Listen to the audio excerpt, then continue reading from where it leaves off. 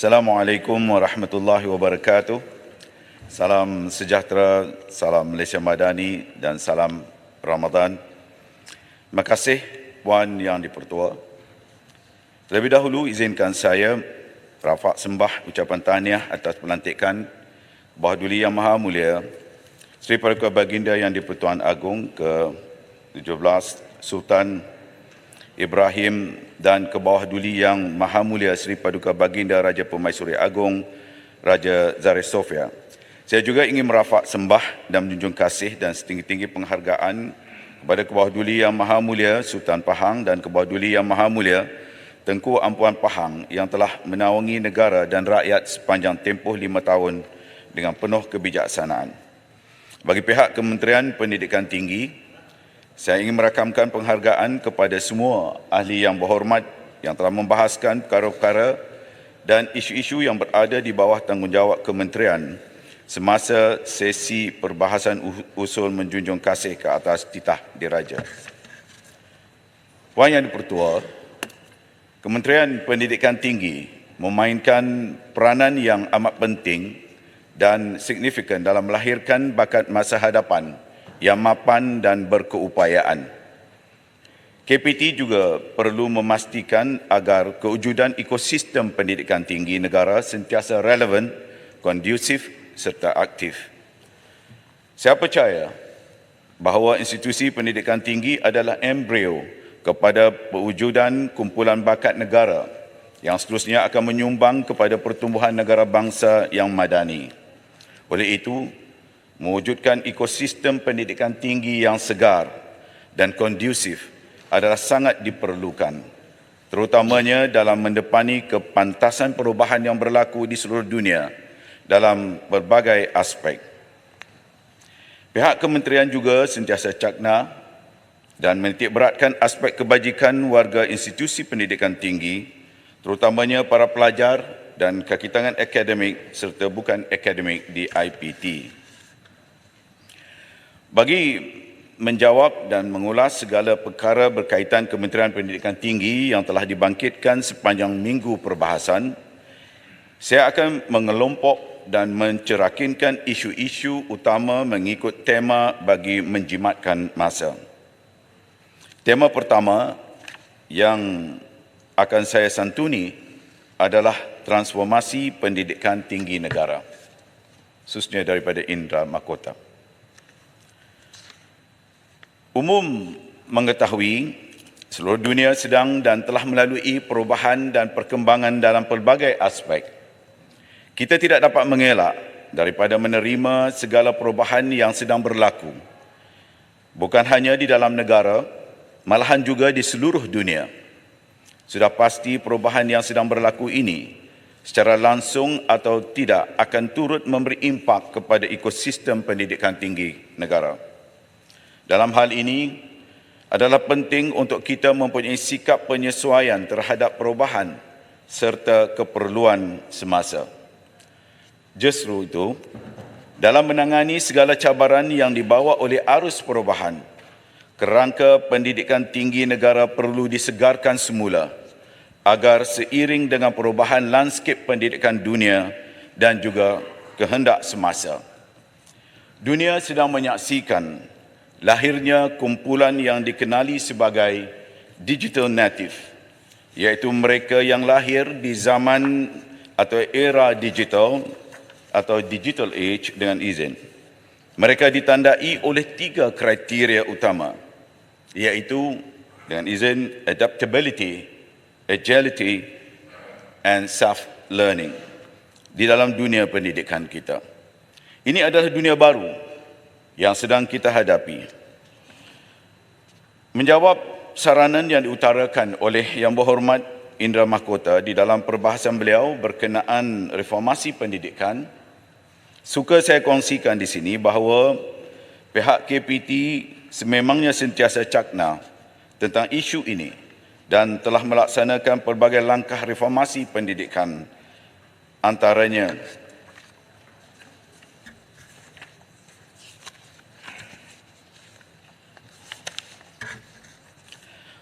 penubuhan jawatan kuasa menyemak dan mengkaji semula Dasar Pendidikan Tinggi Nasional yang dikenali sebagai National Review Committee atau NRC.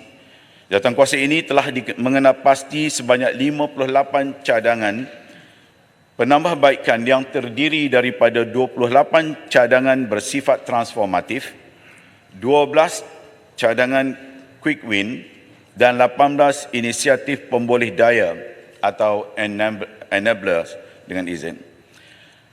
Hasil laporan NRC ini juga akan dijadikan sebagai input dan asas dalam pembangunan Pelan Pendidikan Tinggi yang baru bagi menggantikan Pelan Pembangunan Pendidikan Malaysia 2015-2025. Kedua, dalam menyahut hasrat yang amat berhormat Perdana Menteri yang telah memperkenalkan gagasan Malaysia Madani serta hasrat beliau untuk Malaysia menjadi negara maju dengan mengambil kira faktor manusiawi seiring pembangunan ekonomi, Kementerian melihat TVET sebagai salah satu pemboleh daya kepada pertumbuhan ekonomi negara. Sehubungan dengan itu, Transformasi Politeknik 2023-2030 telah diperkenalkan. Melalui transformasi ini, terdapat 4 matlamat, 3 Strategic Reform Initiative dengan izin dan 13 Critical Reform Agenda dirangka bagi menyokong agenda transformasi Politeknik 2023-2030.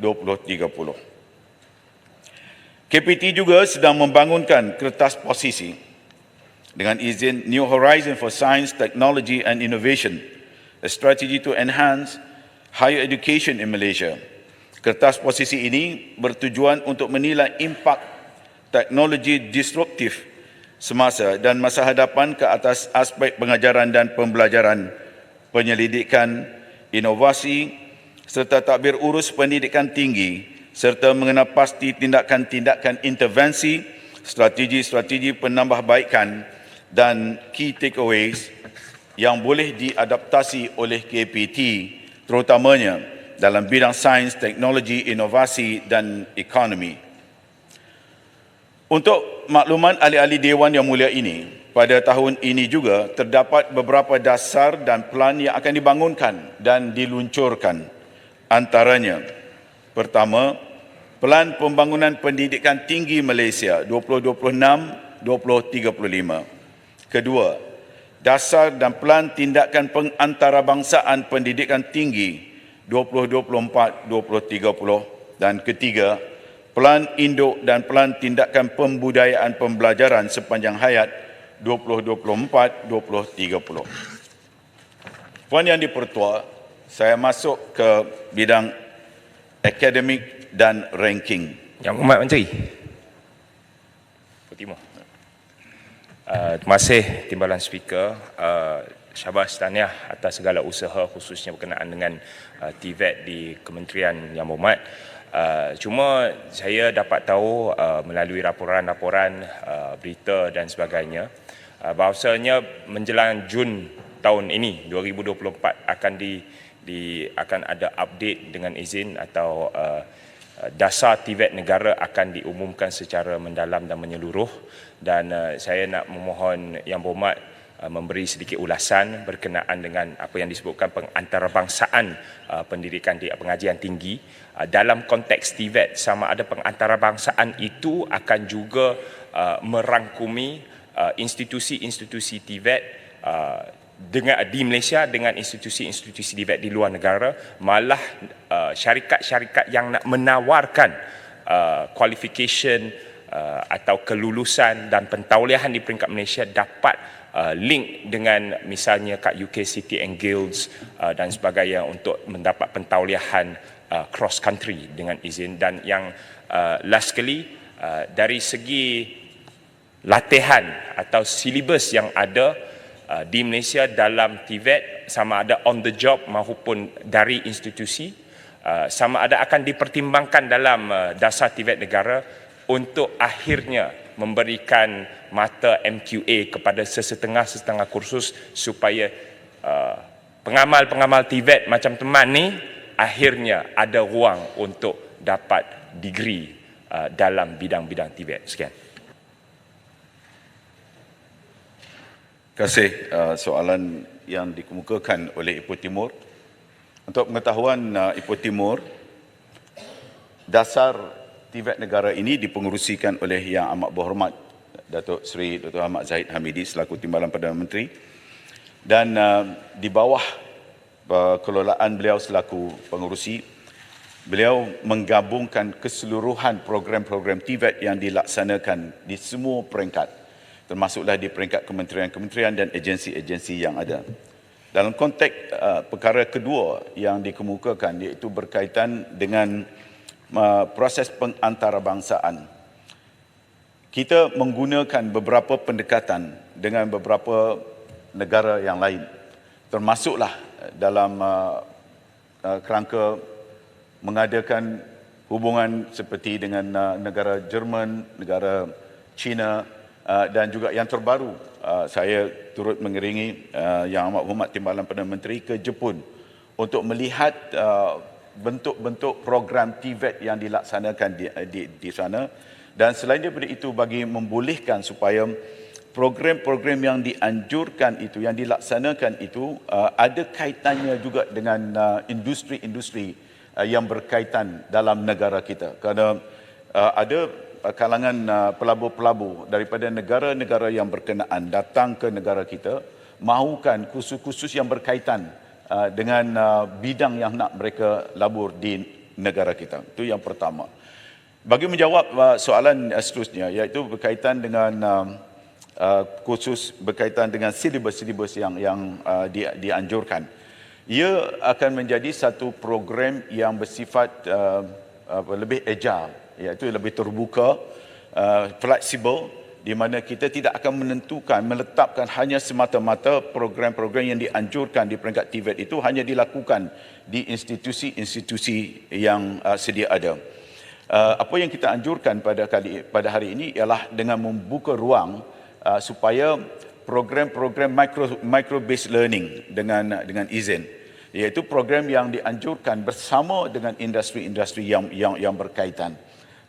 Dan yang keduanya, kita juga memperkenalkan kursus-kursus yang bersifat micro credentials bagi membolehkan ada program-program yang tidak memerlukan satu tempoh jangka yang panjang untuk dianjurkan, bagi membolehkan mereka ini terus bekerja di sektor-sektor yang berkenaan. Oleh yang demikian, kita telah pun minta supaya pihak-pihak negeri khususnya yang ada pelaburan mereka di sana supaya mengadakan perbincangan ini dengan pihak kementerian bagi membolehkan kursus-kursus yang seperti ini dianjurkan, dan kita dapat menyediakan bidang pekerjaan kepada mereka yang memohon pekerjaan di bidang-bidang yang tersebut. Terima kasih. Akademik dan ranking. Saya akan penjelaskan perkara yang berkaitan akademik, termasuklah ranking universiti yang diutarakan oleh YB Dungun, YB Jempol, YB Wangsa Maju dan YB Kemaman. Saya berterima kasih kepada YB Dungun yang telah menyarankan agar kursus-kursus yang ditawarkan di institusi pendidikan tinggi perlulah selari dengan IR 4.0 dan juga berkait dengan artificial intelligence atau kecerdasan buatan yang merupakan keperluan semasa di dalam sektor pekerjaan dan ekonomi. Sememangnya, pihak KPT sedang dalam usaha merealisasikan agenda negara ke arah membangunkan bakat mahir yang memenuhi kehendak industri dan graduan kalis masa hadapan atau dengan izin future proof.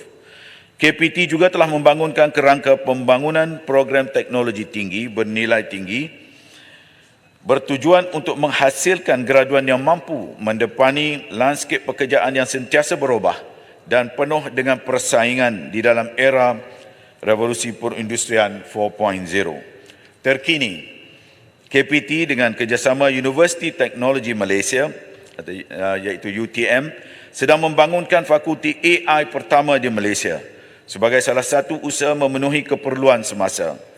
Sebagai permulaan, program ijazah sarjana muda kecerdasan AI telah diluluskan di peringkat jawatan kuasa pendidikan tinggi pada Januari 2024 dan pelajar kohort pertama program ini akan memulakan pengajian pada Oktober 2024. Pembangunan dan kurikulum AI tersebut telah dikenal pasti menepati keperluan industri, melibatkan pakar-pakar bidang AI serta seiring dengan Pelan Hala Tuju Kecerdasan Buatan Negara 2021-2025 yang dirangka oleh Kementerian Sains, Teknologi dan Inovasi.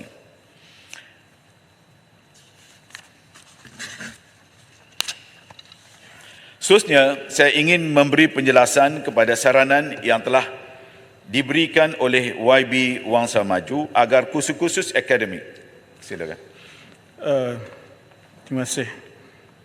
Sebelum itu saya nak ucap terima kasih kerana Yang Berhormat Menteri sudi menerima cadangan reformasi pendidikan Perikatan Nasional yang saya serahkan kepada Yang Berhormat pada 7 Mac yang lalu. Ada dua bahagian yang saya ingin bertanya. Yang pertama ialah berkaitan dengan asas atau dengan izin the pillars of the university. Ini ada kaitan dengan perkara pertama yang berhormat sentuh, yakni langkah-langkah reformasi pendidikan. Kita percaya bahawa universiti itu harus ada mencari kecemerlangan itu yang ada rohnya, excellence with soul, ya, dengan izin. Jadi ada banyak, tapi antaranya dua ialah kepimpinan universiti itu yang seharusnya terdiri daripada seorang vice chancellor yang merupakan dengan izin a leading figure in his or her discipline supaya boleh terhasil dua perkara yang sakral di universiti, iaitu peer recognition dan collegiality. Dan yang kedua ialah ada masanya bab ilmu ni dia tak boleh diukur, dia tak boleh dimeasure, tapi dia kena menggunakan proses evaluation atau penilaian. Perkara yang kedua yang saya nak timbulkan ialah berkaitan kurikulum tadi. Sejauh mana sekarang ini setiap universiti mempunyai dengan izin university required courses yang diikuti oleh semua pelajar, kerana antara matlamat akhirnya ialah walau apa pun disiplin yang diikuti pelajar, walau apa pun jenis universiti, matlamat akhir ialah melahirkan a good man and not just a good worker. Dengan izin. Terima kasih.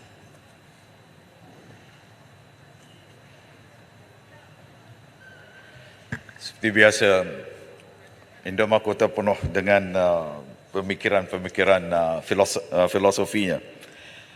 Dan kita berkongsi, saya sebenarnya berkongsi dengan beliau dalam beberapa pemikiran yang dilontarkan, khususnya dalam konteks pembinaan manusia. Kerana universiti itu mesti berperanan membina manusia, menjadikan manusia itu yang baik, manusia yang baik, ataupun yang seringkali kami sedang gunakan istilah muwatinus salih, iaitu warga negara yang baik, dan dengan sendirinya dalam masa yang sama bukan hanya warga negara yang baik tetapi juga manusia yang baik. Jadi dalam konteks ini kita melihat falsafah universiti itu semula, dan saya juga membicarakan perkara ini dalam ucapan tahunan saya berkaitan dengan matlamat universiti yang sebenarnya. Dan ini mengambil ungkapan apa yang disebutkan juga oleh Yang Berhormat tadi, iaitu universiti mesti ada soulnya, university with a soul, not university without a soul, seperti mana yang disebutkan oleh Harry J. Lewis dalam bukunya itu, University Without a Soul, suatu ketika dahulu yang sama-sama kita bahaskan buku itu. Dan inilah sebenarnya menjadi matlamat kita, bagaimana nak membangunkan manusia yang seimbang daripada kedua-dua aspeknya. Dan saya setuju bahawa perlu ada keperluan di universiti untuk mempunyai kurikulum yang seimbang.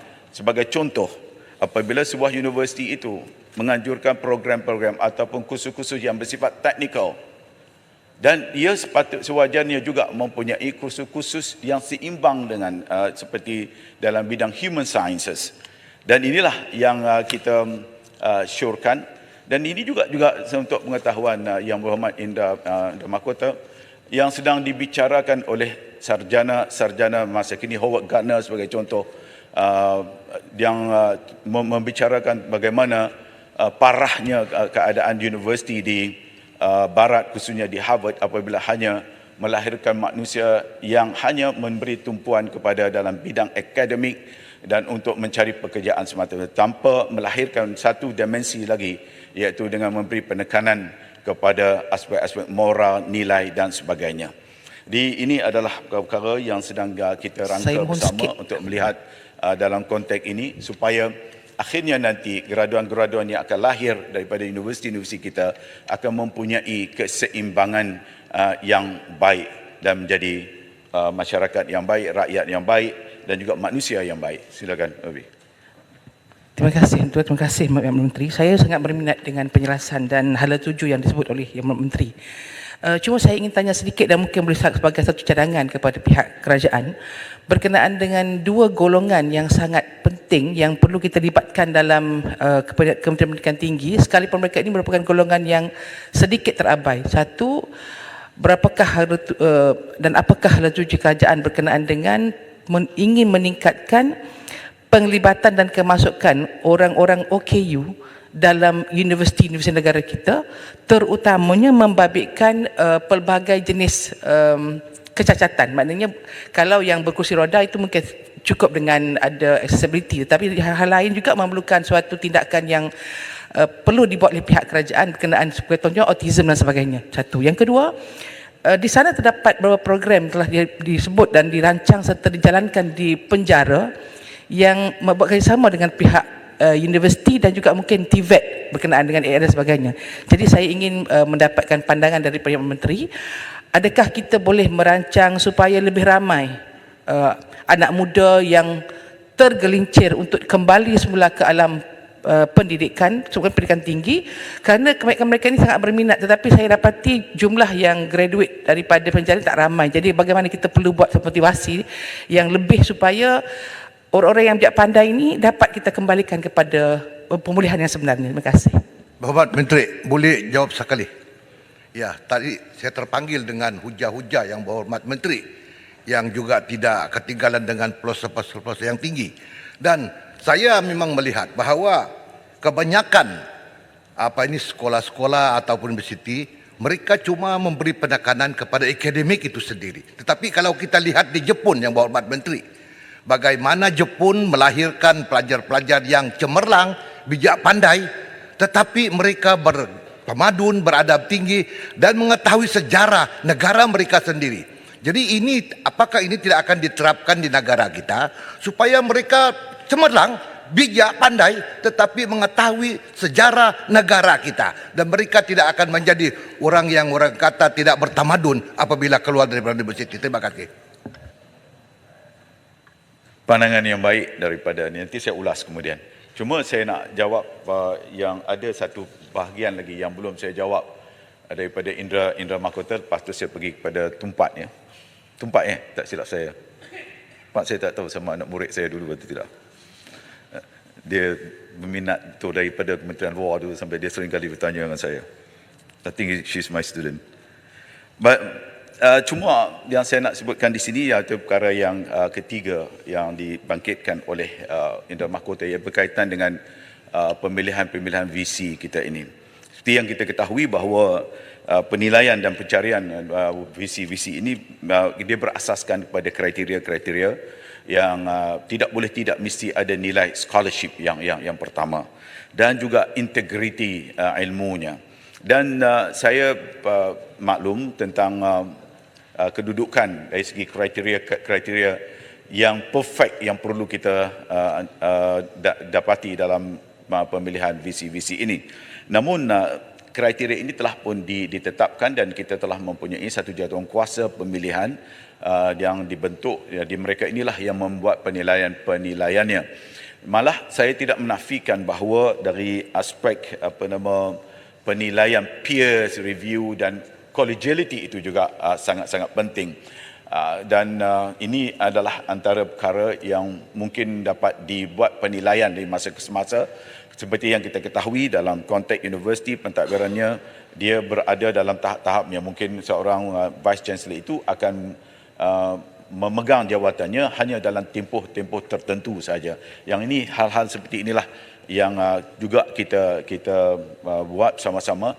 Malah saya juga telah pun mengarahkan supaya satu sistem penilaian pemilihan VC ini hendaklah dibuat dengan lebih detail supaya ia setaraf dengan proses pengantarabangsaaan universiti kita untuk membawa pelajar-pelajar datang ke sini. Antara lain sebagai contoh, waktu saya pergi ke luar negara, mereka akan bertanya untuk buat postgraduate sebagai contoh. Dia akan tanya siapakah profesor dalam bidang yang berkenaan. Dan ini adalah antara hal-hal yang seringkali ditekankan yang akan kita berikan penekanan dalam soal penilaian pemilihan, termasuklah dalam konteks pemilihan VC kita. Berkaitan dengan soalan daripada Tumpat tadi, iaitu berkaitan dengan OKU kita. Dan saya pernah mengadakan juga pertemuan dengan beberapa kalangan, termasuklah ada seorang profesor OKU.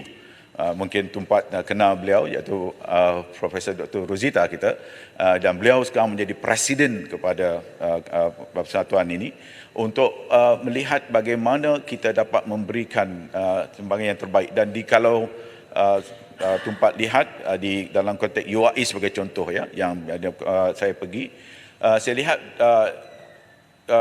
OKU itu bukan hanya melibatkan daripada kecacatan anggotanya saja. Dia juga melibatkan mereka yang terlibat dalam yang lembab dan sebagainya. Dan ini dikumpulkan bersama dan mereka berada di universiti. Dan saya lihat UAE antara contoh, dan saya percaya di universiti yang lain juga mempunyai peluang-peluang yang sama yang diberikan seperti mana yang diberikan oleh UAE ini. Cuma kalau UIB ada cadangan-cadangan yang lebih baik, bagaimana kita nak memperkukuhkan lagi untuk pengambilan OKU seperti ini, boleh cadangkan kepada pihak kementerian. Terima kasih.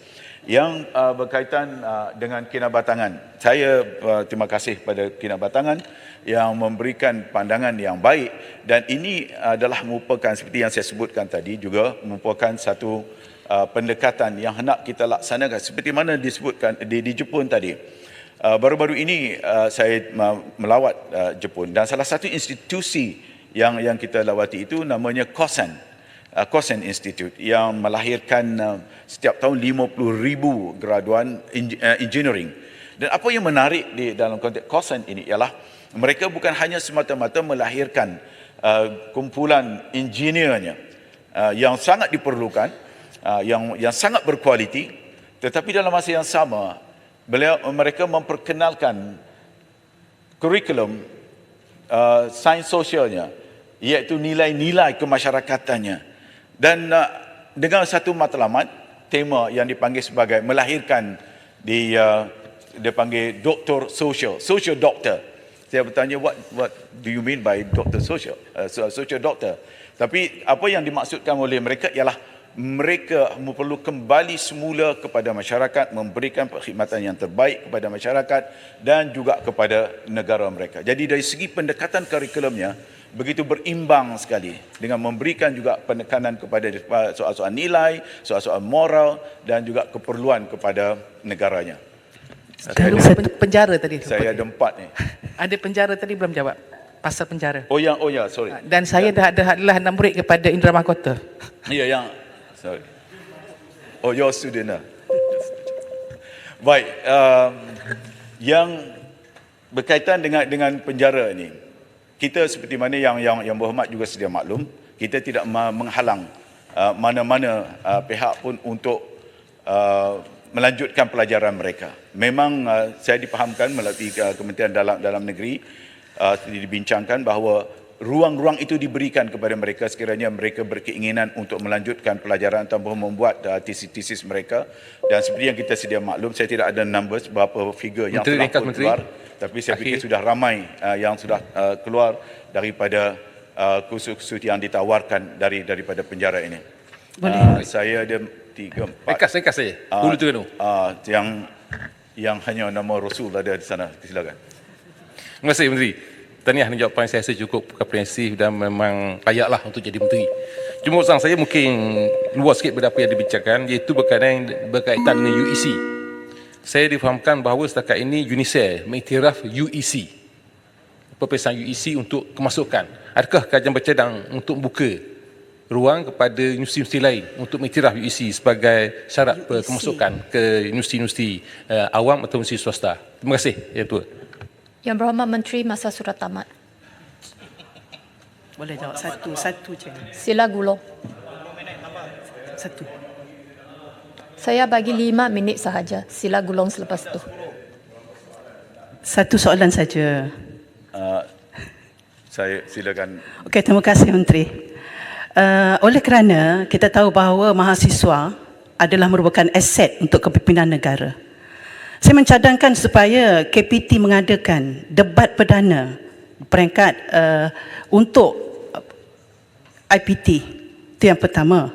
Dan saya juga mengingatkan, kita tahu bahawa TVET memang kita nampak tadi seolah-olah memang menjadi harapan lah kepada negara, tapi saya juga mahu supaya TVET ini juga tidak ditinggalkan kurikulum rohaniah, itu keagamaan, supaya kejayaan mereka menjadi seorang, kita kata, manusia yang seimbang. Terima kasih. Jadi saya juga tanya, lebih kurang sama punya. Okey. Okey ya. Terima kasih. Sikit. Okey. Mohon Menteri, saya dalam ucapan saya ada tanya, macam mana dengan kita wujudnya pensyarah sebenarnya yang keluarkan kenyataan yang racist, dan kita ni harus menggunakan kampus untuk memupuk perpaduan di kalangan semua kaum di kampus kita. Jadi apakah akan dilakukan oleh kementerian? Menteri, sikit saja Menteri. Sikit je. Menteri, sikit saja. Saya terkejut. Rob. Saya dulu. 2 minit dulu. Saya dulu bangun. Saya bangun dulu. Okey, yang berhubung dengan isu. Okey, terima kasih. Yang Hormat Menteri, soalan saya saya- sangat tertarik dengan ucapan berkenaan dengan pembangunan intelektual. Intelektual bagi meningkatkan kualiti pendidikan negara, dan kita akan bergerak ke negara yang maju. Tapi saya tengok bila intelektual ni sudah menjadi seorang yang academician dan dia bercakap akademik, dia dihukum. Ini berdasarkan ilmu yang dia belajar, dia bercakap, bukan resis. Seperti yang si Putih sebut tadi tu, bukan resis, dia bercakap mengenai ilmu dia. Dia PhD dalam bidang ini. Tiba-tiba dia disiasat, dikatakan resis. Tak boleh macam tu. Mana pembinaan intelektual yang kita nak pergi sekarang ni? Terima kasih Menteri. Yang isu saya berkenaan isu UEC, kerana kami tahu sekarang universiti-universiti awam seperti Universiti Malaya, UPM, USM sudah boleh iktiraf OSMAT, Australia Matriculation, IB, dan juga China High School SM, iaitu Gaokao China, dan banyak-banyak student China pun boleh masuk ke Universiti Malaya walaupun mereka tak belajar bahasa Malaysia dan juga sejarah Malaysia. Oleh itu soalan saya adalah, kenapa jika universiti awam boleh menerima student-student dari China yang tidak pernah belajar bahasa Melayu dan juga sejarah Malaysia, kenapa kita tidak masukkan atau enroll student UEC yang diiktiraf oleh lebih daripada 200 buah universiti serata dunia? Sekian, terima kasih. Tak tahu nama boleh Yang benarkan Menteri, saya sambung. sila gulung. Saya jawab dulu sebelum saya gulung. Kalau tak sempat, bagi jawapan tertulis. Baik. Saya jawab dulu yang berkaitan dengan UEC ini. Seperti kita sedia maklum bahawa sebuah kerajaan Sarawak telah pun mengiktiraf. Bagi dalam konteks kita di universiti awam, kita belum mengiktiraf lagi. Dan dalam konteks KP tentang pensyarah yang mengeluarkan kenyataan resis dan sebagainya, kita perlu membedakan di antara kenyataan yang bersifat akademik dan juga kenyataan yang bersifat a mere statement, sama ada datangnya daripada pensyarah maupun di kalangan orang biasa. Jadi kenyataan ini kita tidak boleh bezakan sama ada ini pensyarah, ini orang biasa.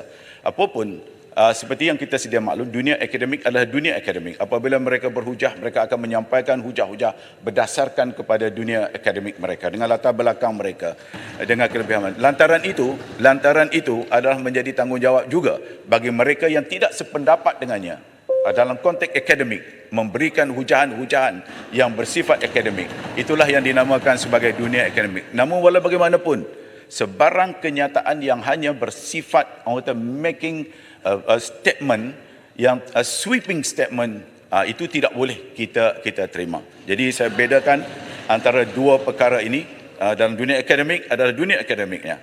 Jadi saya harap saya jelaskan perkara ini. Yang akhir sekali ialah baik itu berkaitan dengan debat KPT. Debat KPT ini kita dah buat yang Berhormat Tumeloh. Memang setiap tahun kita ada dan kita ini merupakan antara salah satu program yang Indra Mahkota sangat suka sekali. Yang berkaitan dengan Indra Mahkota memang pakar dalam bidang debat. TVET pula ialah dari segi kurikulum kerohanian memang tidak kita nafikan bahawa seperti yang saya sebutkan tadi, salah satu contoh dalam konteks COSN itu telah memberi impak yang sangat baik untuk kita contohi. Walaupun dalam konteks TVET sekarang ini pun sudah ada, tapi kita perlu merangka dengan lebih mantap lagi supaya bila kita lahirkan nanti, sama ada graduan daripada TVET maupun daripada universiti, kita akan lahirkan manusia yang benar-benar berimbang sifatnya. Jadi saya banyak lagi sebenarnya kalau Lagi jawapan bertulis. dengan izin I have a lot dengan oleh kerana Puan Yang di-Pertuan minta saya akan jawab secara bertulis kepada yang berhormat sekalian dengan izin. Terima kasih.